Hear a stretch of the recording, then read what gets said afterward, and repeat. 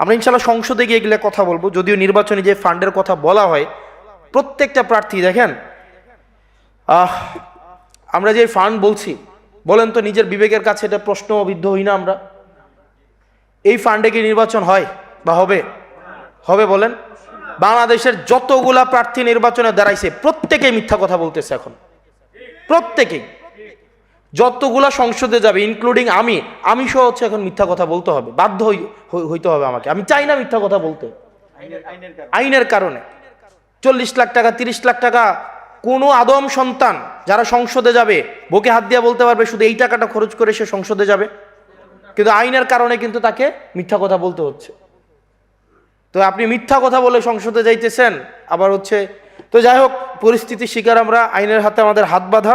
সংসদে এই বিষয়গুলো নিয়ে আমরা কথা বলবো, যে এই বিষয়গুলো নিয়ে ইনশাআল্লাহ আল্লাহ যদি রিজিকে রাখে, আল্লাহ যদি তৌফিক দেয়, এই যে বর্জুয়াদের যে আইন বানানো এবং হচ্ছে আমাদের যেই মিথ্যা কথা বলতে বাধ্য করা, অসৎ হইতে বাধ্য করা, এই জায়গাগুলোতে হচ্ছে আমরা যেন জনগণের কাছে যেন আমরা স্পষ্ট হইতে পারি, জনগণের কাছে যেন আমরা সৎ হইতে পারি। মানুষ কিন্তু বুঝে যেটা একটা মিথ্যা কথা। 30 লাখ টাকা দিয়ে নির্বাচন হয় না, এটা মিথ্যা কথা, এটা মানুষ বুঝে এবং জানে, কিন্তু প্রতিনিয়ত এটা আমাদেরকে বলে যেতে হয়।